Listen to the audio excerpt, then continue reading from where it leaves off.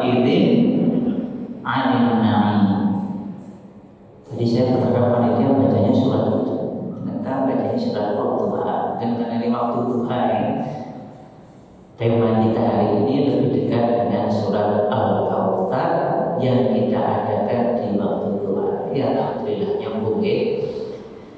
Jamaah sekalian, Bapak Ibu, adik-adik, hadirin hadirat rahimakumullah. Alhamdulillah pada duha kali ini Allah Ta'ala panjangkan umur kita dalam iman dan Islam.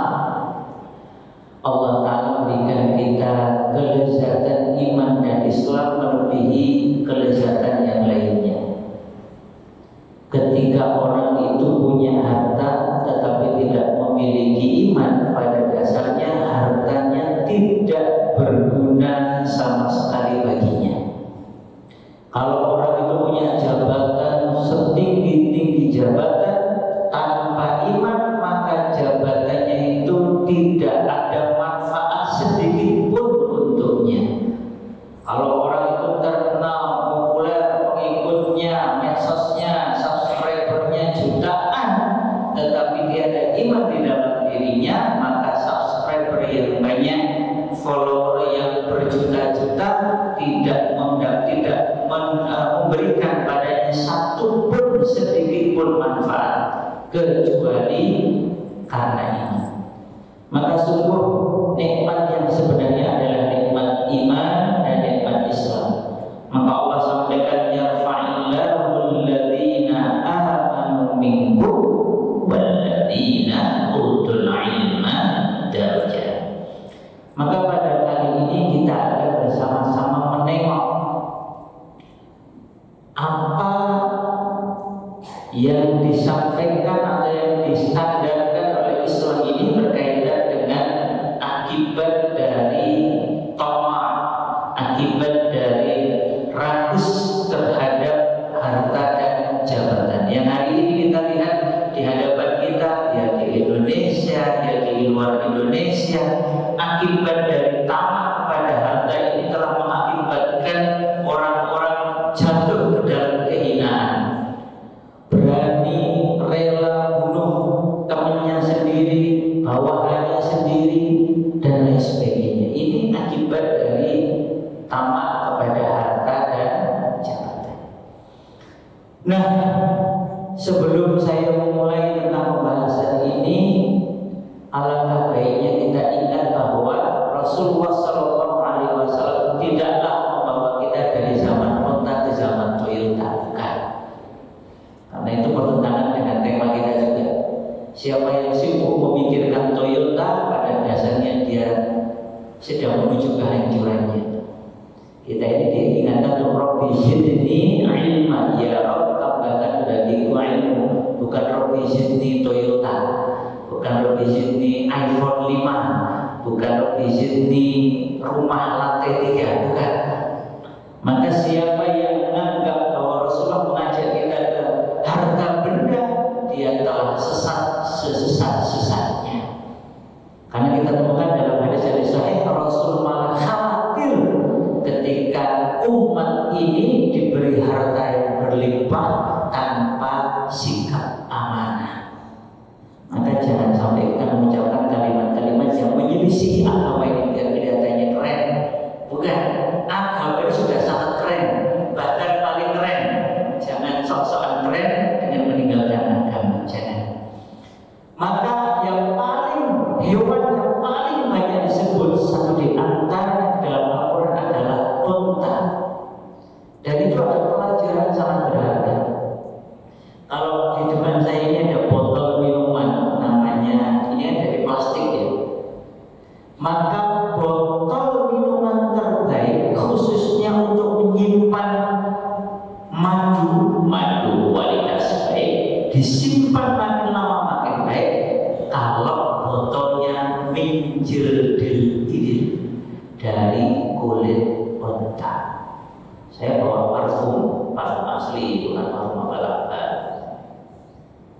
Parfum alami ini kalau bukan, sebentar, ini seingat saya, kalau itu ada ulama mengatakan gaharu atau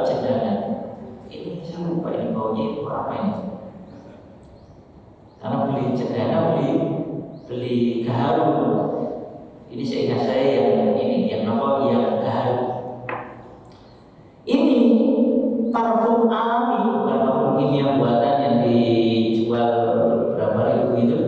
Kebetulan Pak Adi saya farmasi, jadi saya agak akrab dengan kimia buatan. Kalau kimia buatan itu jangan kena kulit bikin sakit, cukuplah gitu. Nah, saya sudah tahu karena nanti dikasih sesuatu yang menyelisihi pembelaan Islam, maka saya sudah siapkan yang bela Islam. Kalau yang saya turunkan ini kan pro Israel ya, dia lagi bermahasiswa. Kalau yang ini kan pro Islam, nah, saya ikut yang pro Islam. Nah, jadi parfum-parfum alami disimpan 50 tahun, 100 tahun, 200 tahun lebih. Itu kualitasnya bertambah baik kalau disimpan di dalam botol bikinan kulit unta. Quran itu gak pernah mengubah tiap kalimat-kalimat unta atau Jamal atau Ibn dengan Honda, Toyota, dan motor. Kenapa? Karena ada pelajaran sangat berharga. Hari boleh berganti, zaman boleh berubah, tetapi unta tetap memiliki keistimewaannya. Maka berkorban dengan hewan terbaik tetaplah unta. Meskipun hari ini di Jogja belum ada yang korban. Suatu kali saya meyakini insya Allah suatu kali orang-orang Muslim, orang-orang beriman di Indonesia, karena yakin Quran itu benar, suatu kali insya Allah akan ada yang mulai ikhtiar ternak unta di Indonesia. Insya Allah. Kenapa? Karena apa-apa yang disebut di dalam Al-Quran pastilah benar. Dulu kita anggap bahwa kurma ini nggak bisa tumbuh di Indonesia. Hari ini banyak kebun-kebun kurma di Indonesia, termasuk di Yogyakarta. Kalau jenengan ke Berbah, nanti ketemu dengan kebun kurma yang amat lebat buahnya. Bukan hanya kurma yang kuning, apa nih kok, kurma tropis, bukan. Kurma ajwa, kurma kholas, dan sekian jenis kurma bisa tumbuh dengan baik di tanah Ngayog Jogarta Hadiningrat. Dari mana Pak Paryoto, pemilik kebun kurma Adina itu yakin? Karena Quran menyebut berulang-ulang kurma. Bahkan sebagian peneliti mengatakan tanaman yang paling banyak disebut dalam Al-Quran adalah kurma. Artinya kurma bisa tumbuh di berbagai tempat, apalagi negeri seperti Indonesia. Dan betul, di Aceh bisa tumbuh, di Sumatera Utara, di gunung bisa tumbuh, di dekat pantai bisa tumbuh, di pekarangan rumah di Jakarta saya foto bisa tumbuh, di depan masjid, di Masjid Agung Semarang, di masjid di daerah Surabaya bisa tumbuh. Bisa. Kenapa? Quran pasti benar.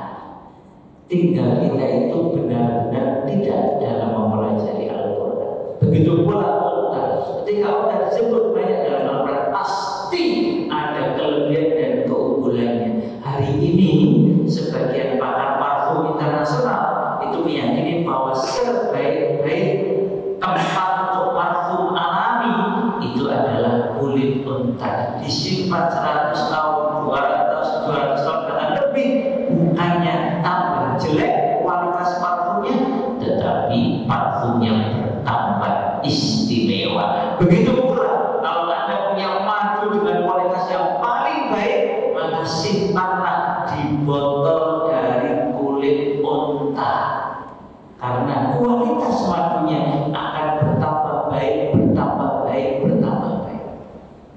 Jadi zaman unta ini zaman istimewa yang sampai sekarang para pakar menyatakan keistimewaannya.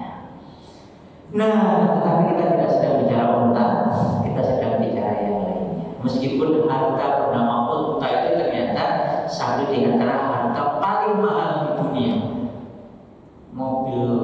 Mobil di depan itu tidak bisa menandingi satu saja harga unta merah. Karena harga unta merah itu, saya pernah tanya ke seorang pedagang itu, pedagang unta itu harganya bisa di atas 1 miliar. Jadi aja ninggalin onta ya, saya kira onta itu biasa boten, onta merah itu gagah, larinya kencang, harganya sangat mahal. Maka kata Rasul, orang yang berdakwah ngajak orang baik lalu ada satu yang baik karena kamu, itu khair min humrin na'am, dari onta merah. Kenapa? Karena onta merah itu sangat mahal. Yang lebih mahal daripada onta merah yang sangat mahal itu adalah ada orang yang kamu ajak dalam kebaikan lalu dia menjadi baik. Masya Allah. Maka jemaah sekalian, kalau kita kembali kepada Quran, maka kita akan mendapatkan solusi atas berbagai permasalahan kita. Cara kita milih minuman, cara kita milih parfum, cara kita menyajikan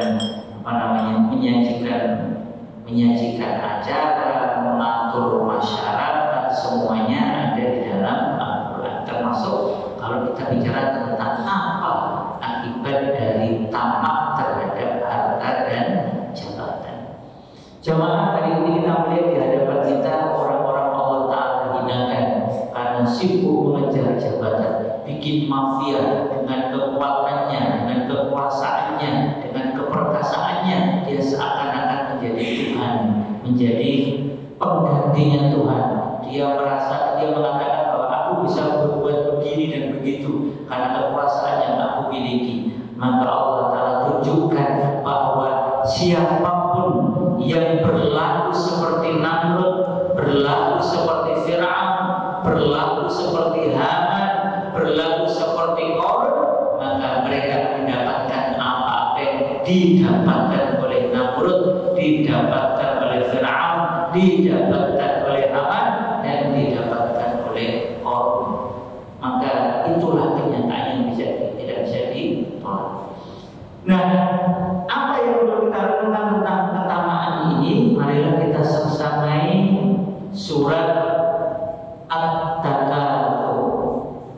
Marilah kita belajar dari surat At-Takatsur. Alhaakumut takatsur. Bermegah-megahan telah melalaikan kalian, telah melalaikan kamu, hatta yurtumul maqabir, hingga masuklah kamu, bertemulah kamu dengan kuburan. Kalla saufa ta'lamun, janganlah begitu, kelak kamu akan mengilmui. Tsumma kalla saufa ta'lamun, kemudian janganlah sekali-kali kalian begitu, kalian kelak akan mengetahui. Kalla law ta'lamuna ilmal yakin, janganlah begitu, kalau kalian akan mengetahui dengan ilmu yang yakin. La tarawunna jahim, sungguh kalian telah akan melihat neraka jahim. Tsumma la tarawunnaha 'ainal yakin, kemudian kalian akan melihatnya dengan mata yang yakin. Tsumma latus'alunna yawma idzin 'anil na'im, kemudian kalian pasti akan ditanya tentang nikmat-nikmat yang telah kalian peroleh di dunia. Apa itu al-haakumut? Apa itu al-haakum, telah melalaikan kalian? Maka ulama mengatakan maksudnya adalah bermegah-megahan yang membuat kita lalai dari Allah, bermegah-megahan yang membuat kita lalai dari kehidupan akhirat. Maka Rasul tidak pernah mengajak kita untuk sibuk di dunia, tidak pernah. Rasul tidak pernah mengajak kita untuk menikmati dunia kecuali dalam rangka meraih akhirat. Rasul mengatakan ad-dunya mazra'atun lil akhirah, dunia ini sawah ladangnya untuk akhirat. Maksudnya kerja keraslah, sungguh-sungguhlah, kerja keras, tuntas, ikhlas di dunia untuk mendapatkan panenan di akhirat. Maka Rasul kabarkan kepada kita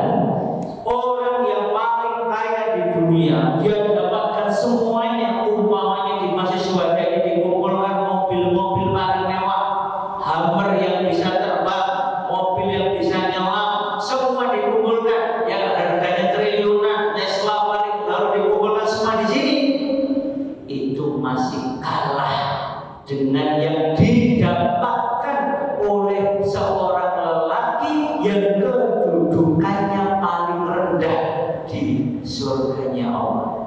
Ada seorang lelaki dosanya banyak, tetapi dia memiliki iman di dalam dadanya, maka kemudian Allah Ta'ala masukkan dia ke neraka untuk menghilangkan dosa-dosanya. Setelah sekian lama dia di neraka karena ada iman dalam dadanya, habis segala dosanya, maka Allah pindahkan dia ke dalam surga. Dia kata Rasul lelaki terakhir yang keluar dari neraka dan lelaki terakhir yang udkhilal jannah, yang dimasukkan ke dalam jannah. Lalu diperciki dengan air jannah, maka tumbuhlah dia. Awalnya meranggas kering kerontang menjadi tumbuh dengan baik. Dialah lelaki terakhir yang masuk ke jannah dengan kedudukan paling rendah. Adna min ashabil jannah, kedudukan paling rendah di jannah. Apa yang dia dapatkan? Dia dapatkan 10 kali lipat dunia. Siapa dia? Lelaki yang kedudukannya paling rendah di dunia. Itu yang paling rendah. Bagaimana dengan yang di atasnya? Lebih banyak lagi daripada seluruh dunia yang dikumpulkan.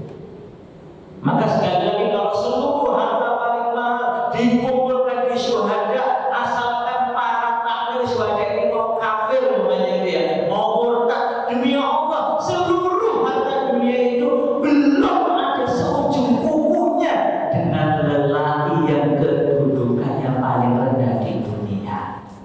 Kalau di dunia, di akhirat. Padahal itu yang paling rendah di sana, apalagi yang di atasnya. Maka alhaqumut takatsur, alhaqum telah menghancurkanmu, melalaikanmu. Itu apa-apa yang menjadikan orang itu terputus dari kehidupan akhirat, lalai dari ngurusi kehidupan akhirat.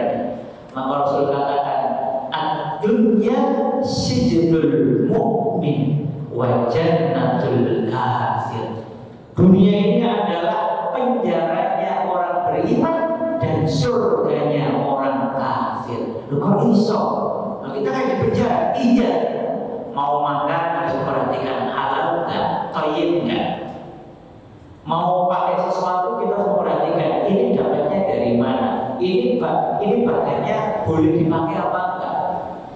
Kita diperintah untuk begitu, memperhatikan setiap sesuatu yang mau kita lakukan, mau kita makan, mau kita minum, mau kita pakai, diperhatikan. Kita mau dengar sesuatu, kita perhatikan. Ini suara ini, lagu ini, kira-kira bikin Allah itu apa enggak? Kita melihat sesuatu, kita bertanya, tontonan ini bikin Allah itu apa enggak? Bikin masuk surga, masuk neraka? We have to think everything. We have to think everything. Kenapa? Karena setiap sesuatu itu akan ditanya. Maka suatu kali seorang Yahudi yang sakit, ya, miskin papa itu protes. Katanya ad-dunya sijnul mu'min wa jannatul kafir. Lah, ini ada orang kemudian dia tahan di tengah jalan, berhenti. Dia tahan. Kenapa? Yang dia tahan adalah seorang al-qadhil al-qudhat, seorang hakim agung. Beliau seorang penghafal Quran dan al-hafidh. Al-hafidh di zaman itu bukan hanya hafal Quran, tetapi hafal sekian ribu hadis. Beliau seorang agung, penulis kitab Fathul Bari. Ya, ini kitab syarah hadis Sahih Al-Bukhari yang dianggap terbaik.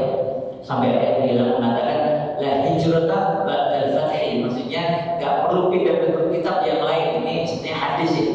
Hadis tentang tidak ada lagi hijrah setelah pembebasan kota Makkah. Lalu oleh ulama hadis ini dipakai untuk menunjukkan keutamaan Fathul Bari.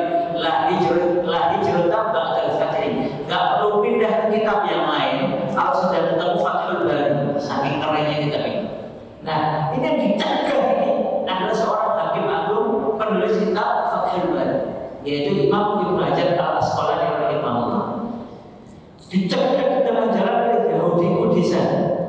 Apa kata Yahudi Kudisan itu? Hei Imam, bukan Ya, bukankah perkataannya benar? Betul. Bukankah Rasul berkata, "Ad-dunya sijnul mu'min wa jannatul kafir." Dunia ini surganya orang kafir, penjaranya orang beriman kayak kamu. Tapi lihat, Anda ini sudah jadi hakim agung, terkenal, mulia, pakaian Anda indah, kendaraan Anda kereta kencana. Saya ini, aku ini udah kafir, miskin lagi. Maka Imam Ibnu Hajar Al-Asqalani tersebut, hei Yahudi, ketahuilah yang aku dapatkan ini dibandingkan yang Allah Ta'ala siapkan untuk orang beriman di jannah, tidak ada apa-apanya, tidak ada seujung kukunya. Sedangkan engkau, hai orang kafir, yang kamu dapatkan dari ini kemiskinanmu yang seperti itu belum ada seujung kukunya dengan siksaan yang telah Allah Ta'ala sediakan bagi orang-orang yang ingkar kelak di neraka. Allah, dengan izin Allah Ta'ala, sang Yahudi, si Yahudi tadi itu menangis dan kemudian bertobat kepada Allah Ta'ala dan kembali kepada al-fitrah, kembali kepada al-Islam, kembali beriman. Alhamdulillah. Jadi kalau kita hari ini melihat dunia, menganggap dunia ini keren, menganggap segala pernak-pernik dunia ini hebat, alhaakumut takatsur. Alhaakumut takatsur. Itu yang bikin kamu lari dari akhirat. Itu dunia yang bikin kamu lari dari menaati Allah. Itu dunia itu yang akan menghancurkan. Maka at-takatsur kata ulama adalah bermegah-megahan dengan harta dan anak. Harta kita ini HP, laptop. Nah, sekarang HP itu kalau hati-hati bikin kita megah-megahan. Nonton YouTube lama-lama. Nonton YouTube bisa 2 jam, 3 jam, 4 jam, 5 jam. Mahasiswa itu nonton YouTube bisa berjam-jam. Baca buku kuliahnya itu 1 jam gak betah. Itu mahasiswa gaya apa itu? Itu alhamdulillah takatsur. Mahasiswa itu buka WA berjam-jam, baca WA, nonton video, kemudian nanti apalagi medsosan, TikTokan. Itu lama-lama itu anak SD, anak SMP bikin TikTokan bisa berjam-jam, ngomong sama orang tuanya 1 jam loh, gak betah. Ini anak-anak SD, murid-murid SMP itu medsosan bisa berjam-jam betah, ngobrol sama teman-temannya, hari gak utuh betah. Itu mendengarkan gurunya 2 jam, 3 jam gak betah. Pengajian 1 jam terasa lama. Nonton medsos, nonton YouTube, pegang HP 5 jam terasa sebentar. Alhamdulillah takatsur. Hartanya itu, laptopnya, HP-nya itu akan bikin dia sebentar. Terus gimana? Jual HP-nya. Anak saya tidak akan pegang HP atau di kalimatnya boleh punya HP kalau sudah kuliah. Jadi boleh itu artinya tidak harus punya. Kenapa? Gak penting, gak ditanya besok. Emang malaikat besok tanya, permisi, apakah Anda dulu punya HP di dunia? Gak bikin ini bukan tiket masuk surga, enggak. Kecuali yang dimanfaatkan di jalan Allah Ta'ala. Maka orang tua yang visioner, orang tua yang ingin anaknya oke, itu gak pikirkan belikan HP untuk anaknya. Masih SD punya HP itu ketemu dengan mertua, itu pakai riset yang mana? Saya punya buku risetnya. Anak SMP siapa yang kewajiban anak SMP punya HP itu? Gak ada.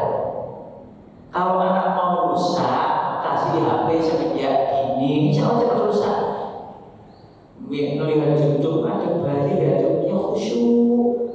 Ya Allah, ini sih kan jadi sama ibu gitu kan. Karena ibunya kalau lihat HP itu khusyuk, lebih khusyuk daripada ketika sholat. La haula wala quwwata illa billah. Alhamdulillah takatsur.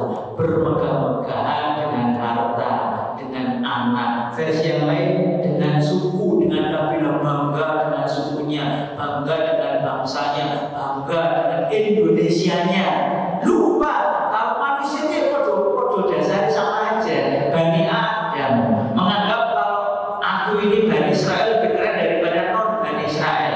Kalau orang Arab lebih keren daripada non Arab. Orang Eropa lebih keren daripada non Eropa. Kulit putih lebih keren daripada yang tidak kulit putih. Itu sudah alhaakumut takatsur.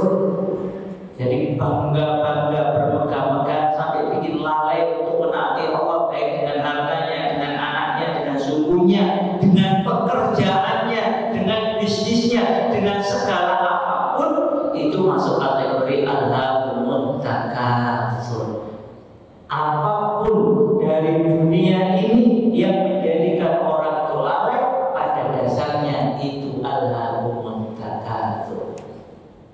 Memang ada pengkhususan kepada harta dan anak menurut beberapa ulama tafsir. Karena memang harta dan anak turun inilah yang kadang orang itu bikin lalai dari menaati Allah. Nah, kalau Bapak Ibu kagungan putra putri, didiklah dengan standar Allah, bukan dengan standar psikologi. Saya orang psikologi, tapi kalau saya pakai standar psikologi bisa hancur anak saya. Karena sebagian ahli psikologi itu matinya bunuh diri. Repot kan? Pada psikologi nanti anak saya malah stres. Alhamdulillah dari psikologi itu baru dipakai kalau sesuai dengan standar agama. Jangan dibalik, jangan agama yang ikut psikologi, tapi psikologi harus ikut Islam. Islam lebih tinggi daripada psikologi. Kenapa? Karena teori psikologi itu banyaknya luar biasa. Sebagian teorinya juga hidupnya penuh penderitaan, keburukan. Sigmund Freud mati bunuh diri. Lawrence Kohlberg, bapak pendidikan karakter, mati bunuh diri. Alhamdulillah ini. Maka ukurannya bukan psikologi atau tidak psikologi, bukan metode yang dalam 5 hari anak ada pasti. Yang pasti itu menyelisih Islam. Karena Islam tidak bisa memastikan. Kita itu tugasnya bukan memastikan, itu urusannya Allah. Dan kalau pasti Abu Thalib harusnya masuk Islam. Kalau pasti anaknya Nabi Nuh nggak ada yang kafir. Kalau pasti istri Nabi Nuh nggak mungkin ikut LGBT. Tetapi kepastian itu milik Allah Taala. Tugas kita ikhtiar yang terbaik.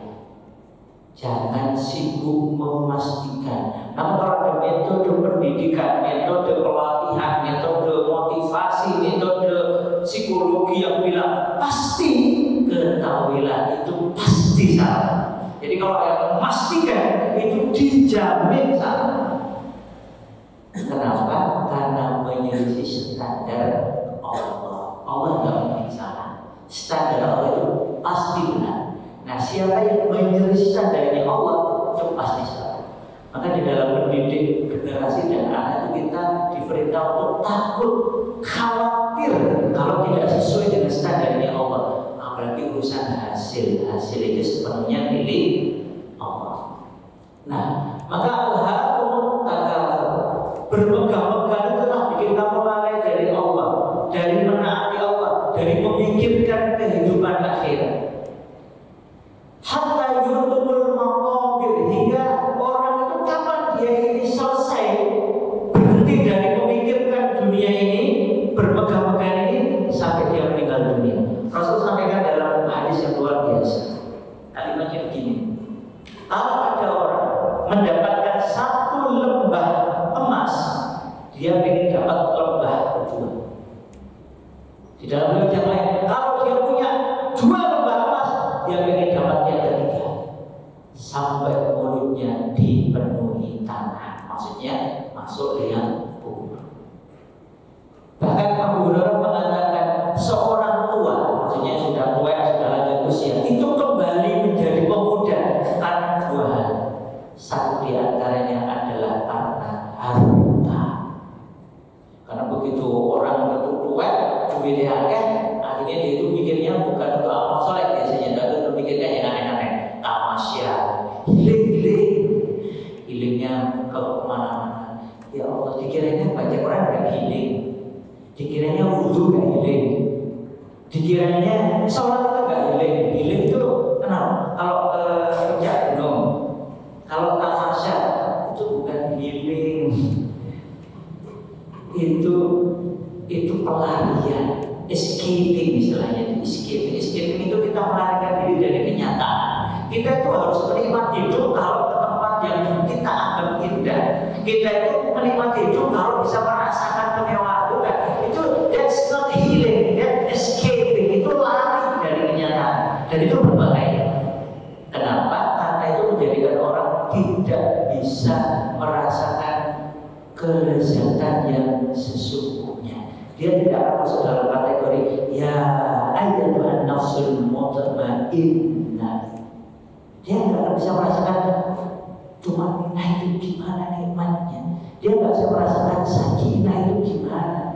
Kalau dengan cara healing semacam itu, that's not healing, that's escaping. Itu lari dari kenyataan. Alhamdulillah. Maka harta inilah yang menjadikan orang sering lupa. Kok anak muda yang sudah lanjut usia pun lupa kalau dia sudah mendekati ajalnya. Setelah surat At-Takatsur, nanti surat apa? Habis At-Takatsur urunannya. Nah, ini ada di dalam munasabah ayat. Kalau kita baca kitab Ulumul Quran, judul surat itu nanti deket-deketan itu ada maknanya. Nama setelah Al-Mazhar. Al-Asr. Al-Asr itu artinya apa? Demi waktu asar. Kenapa kok demi waktu asar? Sudah mau maghrib, sudah mau tenggelam, sudah mau mati. Jadi orang itu kalau ingat At-Takatsur, dia ingat Al-Asr habis itu. Ini udah mau maghrib ini, udah mau meninggal kita ini. Masya Allah. Jadi Quran itu selalu memberikan pelajaran yang bernilai kalau kita mau merenungkannya dengan sungguh-sungguh. Kata Prof. Yunaridas, inilah munasabah ayat surah. Hubungan antara, jadi kalau nanti jangan perhatikan, itu urutan Quran judulnya saja itu ada pelajarannya, ayatnya juga ada pelajaran. Maka kapan orang itu berhenti dari bermegah-megahan dalam urusan dunia? Ketika dia sudah meninggal dunia. Maka lihat, orang-orang itu baru sombongnya habis ketika dipecat, ketika masuk penjara. Tapi apakah dipecat masuk penjara itu selesai? Belum tentu. Dia nanti bisa, aku mau balas dendam, aku mau begini, bener-bener. Kalau sudah ketemu maqabir, sudah ketemu kuburan, sudah masuk ke liang lahat. Jangan begitu. Besok kalian akan mengetahui. Sekali-kali jangan begitu. Besok kalian akan mengetahui. Sampai diulang 2 kali. Saking pentingnya ini. Maka satu di antara cara agar kita ini tidak mudah lupa, tidak mudah tamak dalam urusan harta dan jabatan adalah kalau ada kematian, usahakan selalu hadir. Saya ingat ya, waktu saya ada program di Pulau Progo, itu ada seorang dai kampung, itu sangat dicintai oleh warganya, sampai diojo-ojo jadi alam, padahal nggak pengen jadi alam, tapi akhirnya pengen jadi alam. Kenapa? Karena beliau itu satu di antara programnya yang tidak tergantikan, tidak terbantahkan adalah setiap ada yang meninggal wajib hadir. Apa kata beliau? Orang hadir pesta itu biasa, namanya juga senang-senang makan-makan. Tapi orang mau hadir di kematian, menghibur yang ditinggal, mendoakan yang wafat, itu sesuatu yang luar biasa. Maka Rasul katakan, siapa yang takziah dapat pahala 1 bukit Uhud. Kalau dia kemudian sudah takziah lalu mengantarkan untuk menyolatkannya, kemudian habis itu dia mengantarkan sampai dikubur, dia dapat 2. Dan 2 ini bukan 2 yang kecil, tetapi pahala sebesar bukit Uhud. Maka kalau kita ada yang wafat itu kesempatan. Bahkan kalau kita nggak nyumbang pun datang, sholatkan jenazah, kemudian diiringi sampai dikuburkan, dapat 2 pahala bukit Uhud. Maka cara kita ini agar kita itu nggak lalai dan nggak tamak kepada harta dan jabatan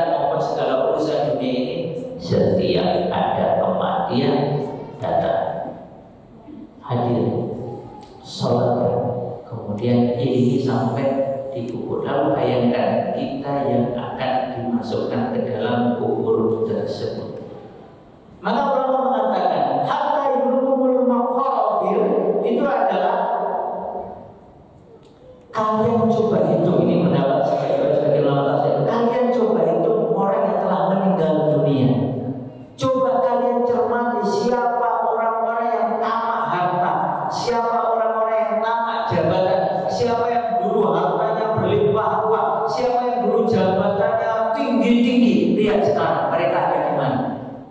Namrud raja dunia sekarang ada di mana? Mati. Fir'aun sang Ghalib Durjana sekarang ada di mana? Jadi mumi, mati. Korun yang hartanya banyak sekali, kalau dia pamer itu kuncinya saja perlu dibawa oleh sekitar 10 orang paling kuat. Itu baru kuncinya, belum isi gudang hartanya. Tetapi dia sekarang korun mati, tenggelam di dasar bumi. Setiap kita ini tengok, kalau kita pengen dunia, tengok dulu orang-orang yang telah mendapatkannya dan sekarang mereka di mana? Mereka telah mati. Nah, mengingat ini sampai mengunjungi zahirnya kuburan untuk ziarah kubur, bukan untuk nyari keberkahan kubur ya, tetapi untuk mendoakan yang sedang dikubur itu. Dan itu termasuk sunnah Rasulullah SAW. Adik-adik yang orang tuanya sudah meninggal dunia, mereka termasuk orang-orang soleh, sudah datangi kuburnya, doakan mereka, pelajari hidupnya, ambil pelajaran dari kebaikan mereka. Kalau mereka punya buruknya, ingat-ingat, nggak usah diungkit-ungkit dan jangan ini. Ini membantu kita untuk tidak tamak kepada harta dan jabatan.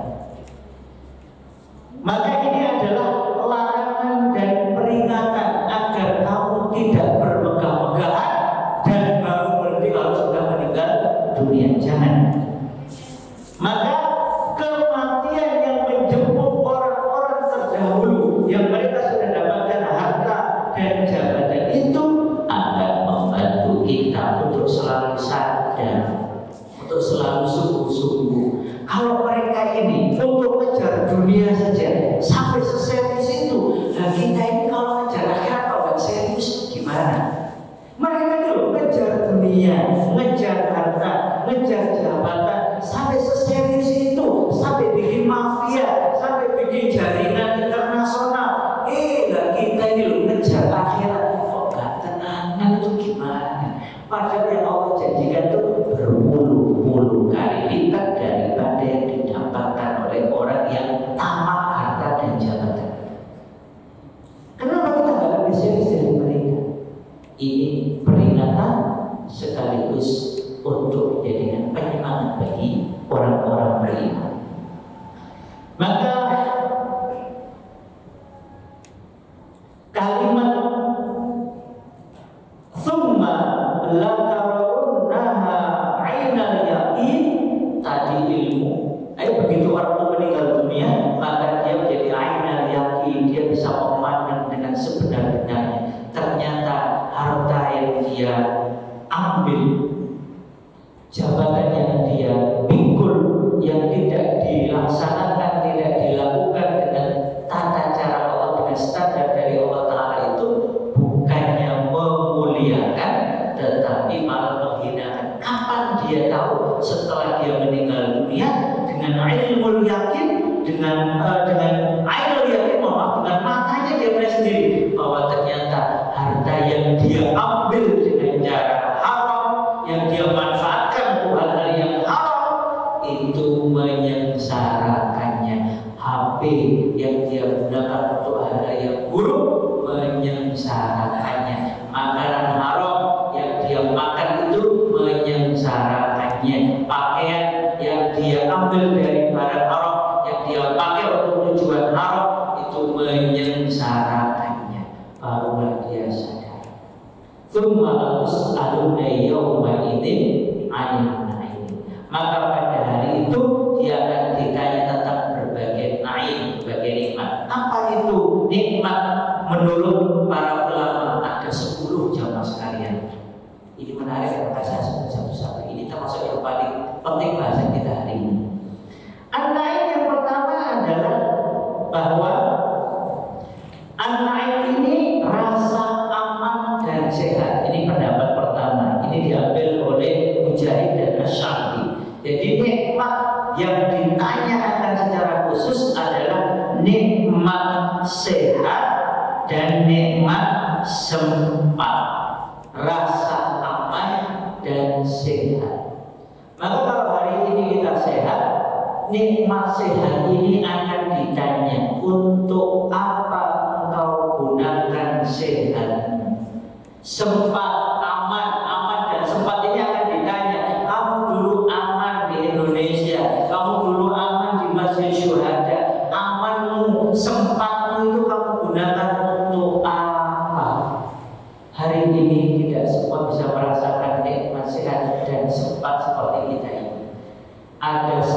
juta lebih pengungsi Rohingya di kamp-kamp pengungsian yang sangat terbatas. Mereka tidak merasa aman, tidak punya banyak kesempatan, tendanya sangat memprihatinkan, terbuat dari terpal-terpal yang dingin dan panas di saat yang sama. Maksudnya kalau malam kedinginan, kalau siang kepanasan. Saya waktu itu melihat sendiri betapa beratnya menjadi pengungsi, khususnya pengungsi Rohingya. Masuk kamar mandinya, astagfirullahaladzim, kamar mandinya ala kadarnya, lalat yang menjijikan ada di mana-mana. Kotoran tidak bisa terbuang dengan lancar, numpuk di mana-mana. Kondisinya sangat memprihatinkan. Sudah begitu, mereka tidak bisa bebas keluar masuk, bahkan kewarganegaraan pun mereka sebagainya nggak punya. Myanmar nggak mengakuinya, Bangladesh hanya tuan rumahnya. Mana ini KTP-nya, tanda penduduknya itu penduduk mana? Citizenship-nya mana? Nggak ada. Maka hari ini rasa aman, rasa sehat yang kita miliki ini, sehat dan sempat yang kita miliki ini kelak akan ditanya oleh Allah Ta'ala. Sebagaimana hari ini juga kita dengar ada 30 jutaan penduduk Pakistan terkena akibat dari banjir bandang Pakistan. Bapak-bapak, ibu-ibu yang senior pasti ingat ya, dulu waktu ada gempa bumi di Jogja, ingat benar Bapak? 2006 ya Pak ya? Ingat Pak ya? Saya jadi relawan itu Pak. Hari pertama saya masih jadi relawan. Saya kira itu biasa. Saya waktu itu ada jadwal di UGM, tetap berangkat ke UGM. Ternyata letak UGM dan seluruh perkuliahan diliburkan. Akhirnya kemudian menjadi relawan membantu, dan saya melihat sendiri dengan mata kepala di satu kampung itu semuanya runtuh, semuanya benar-benar runtuh, gak ada yang utuh sama sekali. Mungkin 50% lagi penduduknya saat itu meninggal dunia.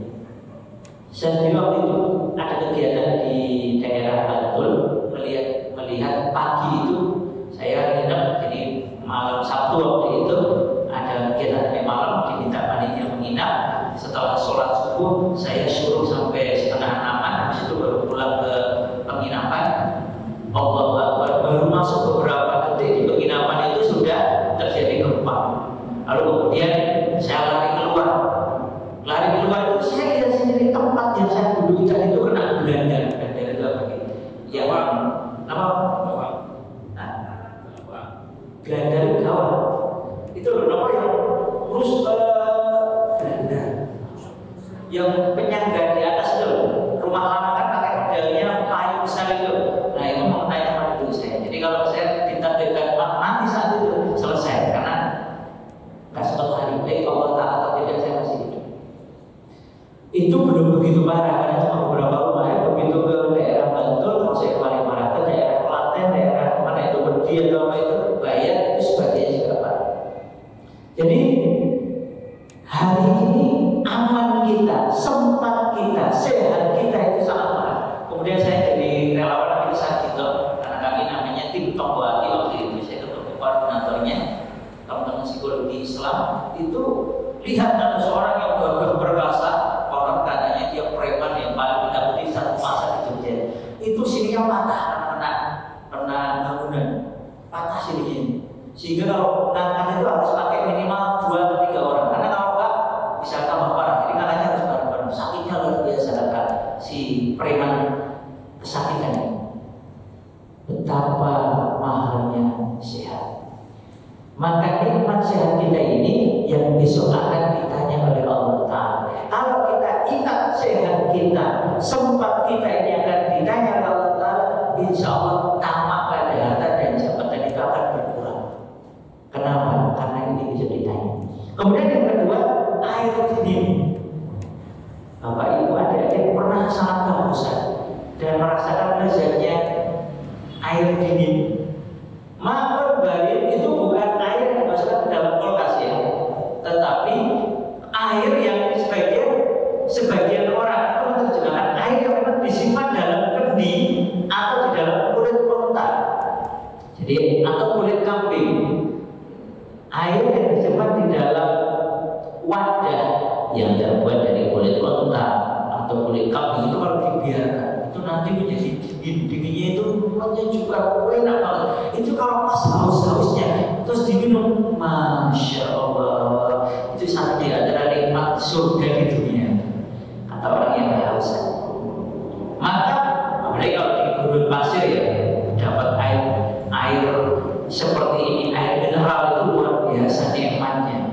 Itu lebih nikmat daripada air gula, air teh, air kopi kalah nikmat sama air mineral, air yang dalam kondisi dingin, sejuk saat kita sangat memerlukan. Maka ada ulama mengatakan bahwa satu dari nikmat yang ditanya adalah air dingin. Ini mewakili bahwa semua yang kita minum, semua yang kita makan itu kalau akan ditanya dari mana dia berasal dan untuk apa dia dimanfaatkan. Kemudian yang ketiga adalah roti gandum dan air bening.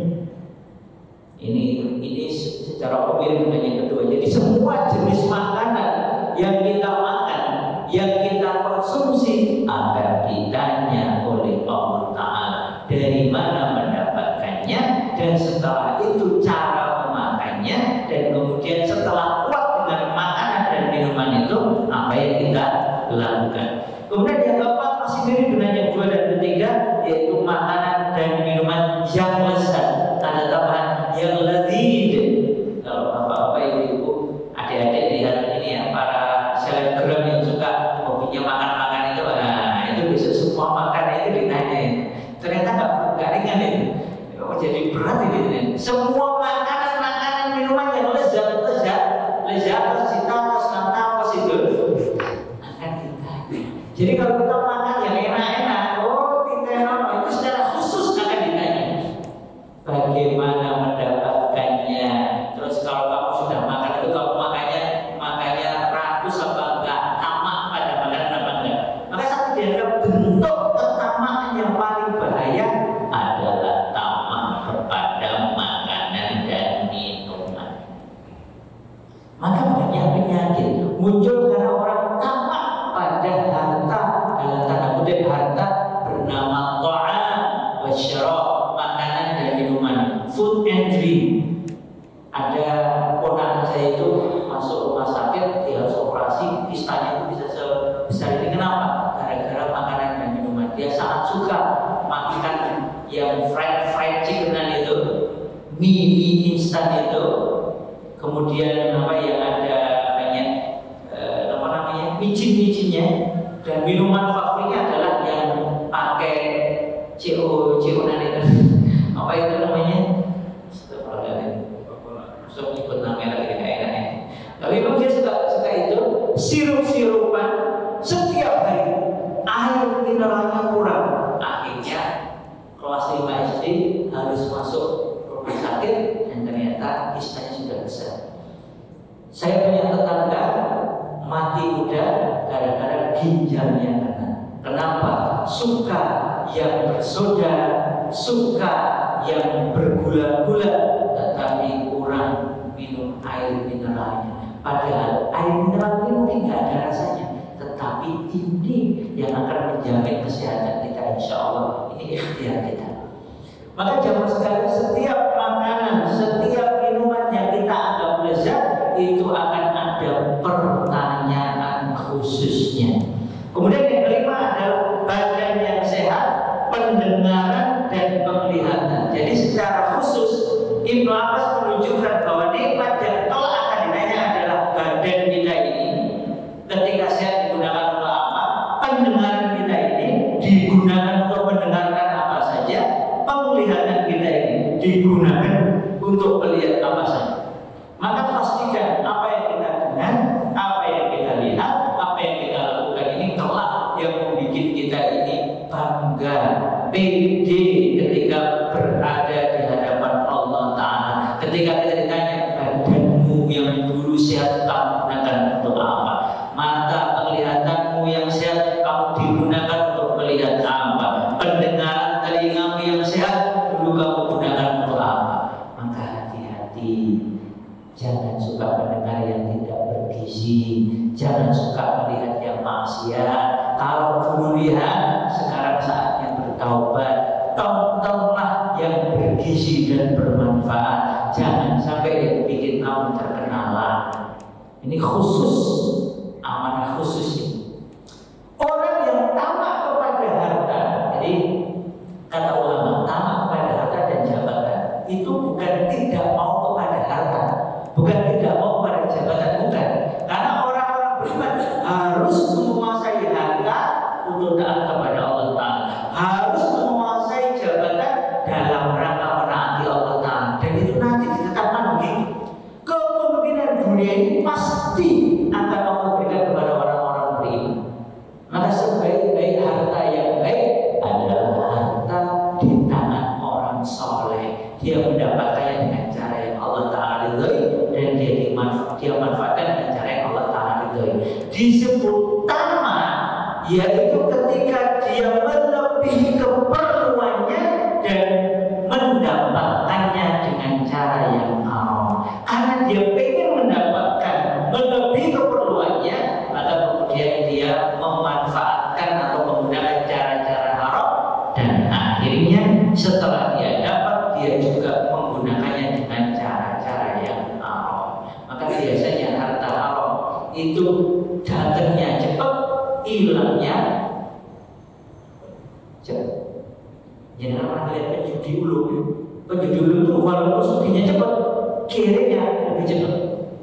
Judi, meracuni, itu benar itu kata Romain. Maka jamaah sekalian, ada kekhususan dari Ibnu Abbas tentang badan, pendengaran, dan penglihatan. Kemudian yang keenam adalah makan siang dan makan malam. Makanya ada pepatah di dalam bahasa Inggris ya, there is no free lunch, tidak ada makan siang gratis.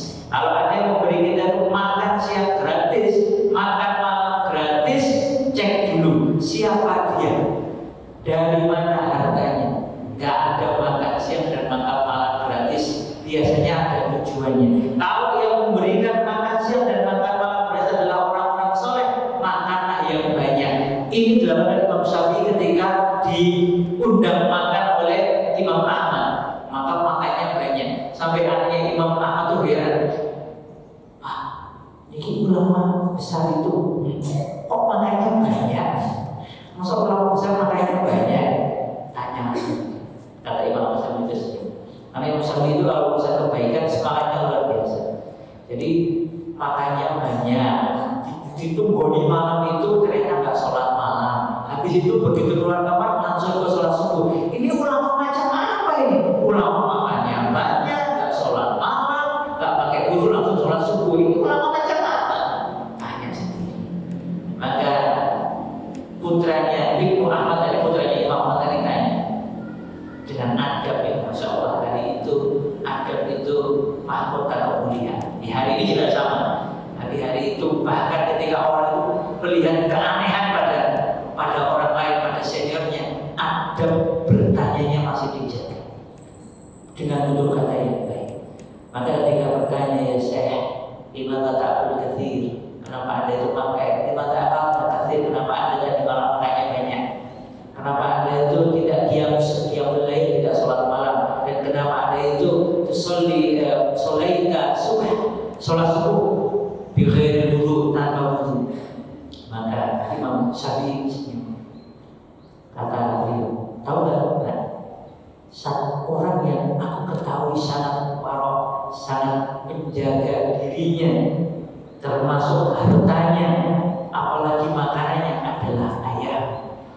Maka ketika ayahmu mengundangku makan, aku ingin makan yang banyak, karena Rasul menyampaikan bahwa kalau diundang oleh orang soleh, makanlah makanannya.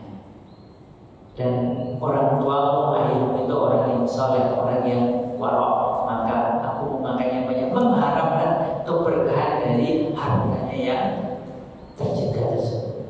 Kemudian aku dari ayahku mendengarkan satu hadis, bunyinya, ya Aba Umair, ma fa'ala al-ghair. Maka malam tadi aku merenungi hadis dari ayahmu itu hingga aku lupa waktu. Alhamdulillah, Allah Ta'ala berikan kepadaku sekian banyak kesimpulan dari situ, sehingga barulah aku sadar ketika azan subuh sudah berkumandang. Ternyata tidak tidur semalaman karena memikirkan hadis. Maka karena aku tidak batal semalaman, maka begitu sudah azan subuh, aku segera bergegas menuju masjid dengan wudu Aisyahku. Allah, gimana? Tertarik untuk coba? Tidak tidur semalaman karena pikirkan hadis. Kita yang buatan kalau kita malah segera tidur, akan ketemu. Nah inilah penyakit kita ini. Termasuk saya, aku bilang. Maka coba sekalian, makan siang dan makan malam dari orang-orang soleh dianjurkan. Oleh karena itu dulu sebagian ulama itu punya hobi ngundang makan. Acaranya apa? Tidak ada lain kecuali makan-makan. Masih sudah kapan undang makan-makan? Seperti akhirnya kan. Maka Masjid Jawa Barat itu rajin bikin acara makan-makan. Kenapa? Karena kalau masjid rajin bikin acara makan-makan, insya Allah sumbernya dari yang halal, maka jamaah masjid akan biasa makan yang halal. Maka saya senang waktu saya ke Klaten ini, sekarang banyak masjid di Klaten itu Jumatan menyediakan makan siang gratis. Alhamdulillah. Kenapa ya? Karena memang kita perbanyak makan yang halal dan thayyib ini, baik yang gratis maupun yang tidak gratis. Maka saya sangat senang ketika tadi malam saya ngisi di Gunung Kidul, kemudian balik itu jam 9-an itu, Masya Allah dibawakan makanan halal oleh takbir masjid. Saya tanya, ini yang jualan siapa? Jamaah masjid. Alhamdulillah. Lihat kemudian lewat ada satu outlet yang sangat laris. Itu saya tahu karena pemiliknya itu teman saya. Masya Allah, ini outlet yang laris itu milik seorang yang rajin ngurusin masjid.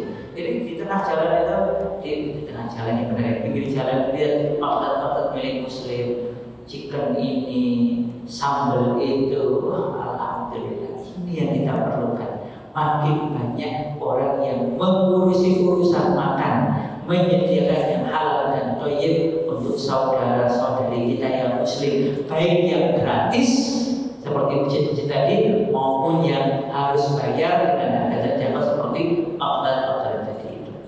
Kemudian yang ketujuh adalah sehat dan masa senang, sudah kita bahas tadi. 8,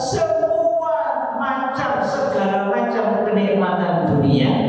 Kemudian yang ke-9, kenikmatan yang Allah Ta'ala turunkan kepada makhluknya, khususnya adalah diutusnya Nabi Muhammad Sallallahu Alaihi Wasallam. Loh, memang Nabi Muhammad jadi Nabi kita itu kenikmatan, ya. Siapa yang pengen mendapatkan harta, tirulah Rasulullah Sallallahu Alaihi Wasallam. Cara Rasul mendapatkan harta dan cara Rasul memanfaatkannya. Siapa yang menginginkan jabatan, tirulah Rasulullah Sallallahu Alaihi Wasallam. Bagaimana beliau mendapatkan jabatan dan bagaimana beliau memanfaatkan jabatannya. Di luar itu baru boleh ditiru, baru boleh diteladani, baru boleh dicontoh kalau menyesuai Rasulullah Sallallahu Alaihi Wasallam. Siapapun orang kaya, siapapun pejabat tinggi dimanapun di zaman apapun, baru boleh ditiru kalau dia menyesuai dengan standar dari Allah dan Rasulnya. Loh, memang ada orang kaya raya, tinggi jabatannya, sekaligus mulia? Ada. Rasul kabarkan kepada kita ada 2 raja dunia yang taat kepada Allah Ta'ala. Yang pertama Dzulqarnain, yang kedua Sulaiman bin Daud.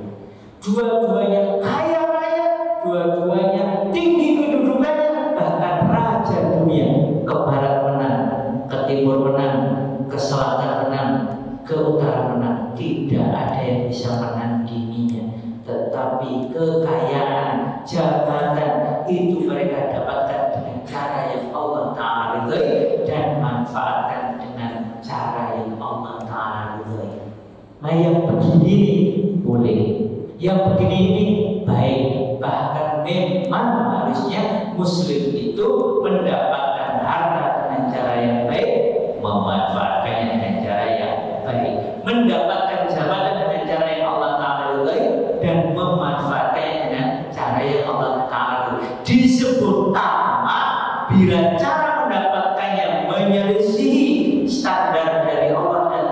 Rasulillah dan memanfaatkannya menyelisihi apa yang telah Allah Ta'ala tetapkan dan Rasulullah teladankan. Makanya maksud nikmat yang akan ditanya, dulu kamu itu dapat harta ikuti Rasul enggak? Dulu kamu dapat harta itu memanfaatkannya, tasarrufnya itu sesuai dengan Rasulullah apa enggak? Dulu kamu cari jabatan itu pakai standar Rasul apa enggak? Dulu kamu memanfaatkan jabatan itu pakai standar Rasulullah apa enggak? Kemudian yang terakhir adalah segala macam nikmat. Menurut Ibnu Jauzi, maka an-na'im di dalam ayat ini adalah segala jenis nikmat dunia. Semua ini telah akan ditanya oleh Allah Ta'ala. Maka jamaah sekalian, inilah surat yang perlu kita renungkan, apalagi surat yang mudah dihafalkan. Saya yakin hampir semua jamaah sini hafal surat At-Takatsur ya. Maka mulai hari ini ketika kita membaca surat At-Takatsur, kita ingat bahwa ini adalah peringatan sekaligus ancaman. Ulama mengatakan ini surat ini untuk siapa? Ancaman untuk siapa? Pertama untuk orang-orang kafir, orang-orang yang sibuk mengejar harta dunia, orang yang sibuk mengejar jabatan dengan cara yang haram, digunakan dengan cara yang haram. Ketahuilah alhaakumut takatsur. Jangan sampai begitu. Kemudian yang kedua juga untuk orang-orang beriman dan manusia seluruhnya, agar dia tidak mengikuti Namrud, tidak mengikuti Qarun, tidak mengikuti Fir'aun, tidak mengikuti Haman maupun siapapun yang perilakunya seperti mereka. Hari ini kita lihat Qarun baru, Haman baru menggunakan berbagai cara. Dia pakai medis lah, pakai semuanya digunakan untuk mendapatkan harta. Alhamdulillah dari. Makanya Rasul mengatakan kalau ada dua serigala lapar, dilepaskan ke kawanan domba, tidaklah lebih merusak daripada dua orang yang tamak kepada harta. Kenapa? Orang yang tamak kepada harta itu bukan hanya makanan yang dia makan, bukan hanya minuman yang dia masukkan, tapi bahkan aspal aja dia makan. Ya. Vaksin dia makan. Semua dia makan. Kenapa? Karena orang yang rakus harta itu segala cara ta'awudullah dilakukan. Dia bikin mafia. Harusnya dia melindungi rakyat, dia malah menghancurkan rakyat. Harusnya dia lindungi orang lemah, dia malah menganiaya orang lemah. Maka Rasul ingatkan, kerusakan orang-orang yang tamak harta dan jabatan ini lebih merusak daripada dua serigala yang buas dan lapar terhadap kawanan domba. Paling makan satu selesai, yang lain ditinggalkan. Tapi kalau orang tamak dengan harta dan jabatan, alhamdulillah ini dzalik, bahkan ketika dia puncaknya jaya, dia tetap pengen yang lainnya, pengen yang lainnya, pengen yang lainnya. Kapan dia berhenti? Hatta yurtumul maqabir. Makanya peringatan bagi orang-orang beriman. Karena Quran itu kepada orang-orang yang beriman, hai orang-orang yang beriman, janganlah kamu tamak akan harta dan jabatan, karena semuanya kalau akan diminta pertanggungjawabannya. Allah a'lam bishawab. Semoga yang sedikit ini bermanfaat. Semoga Allah Ta'ala jauhkan kita dari segala bentuk keburukan, termasuk tamak kepada harta dan jabatan.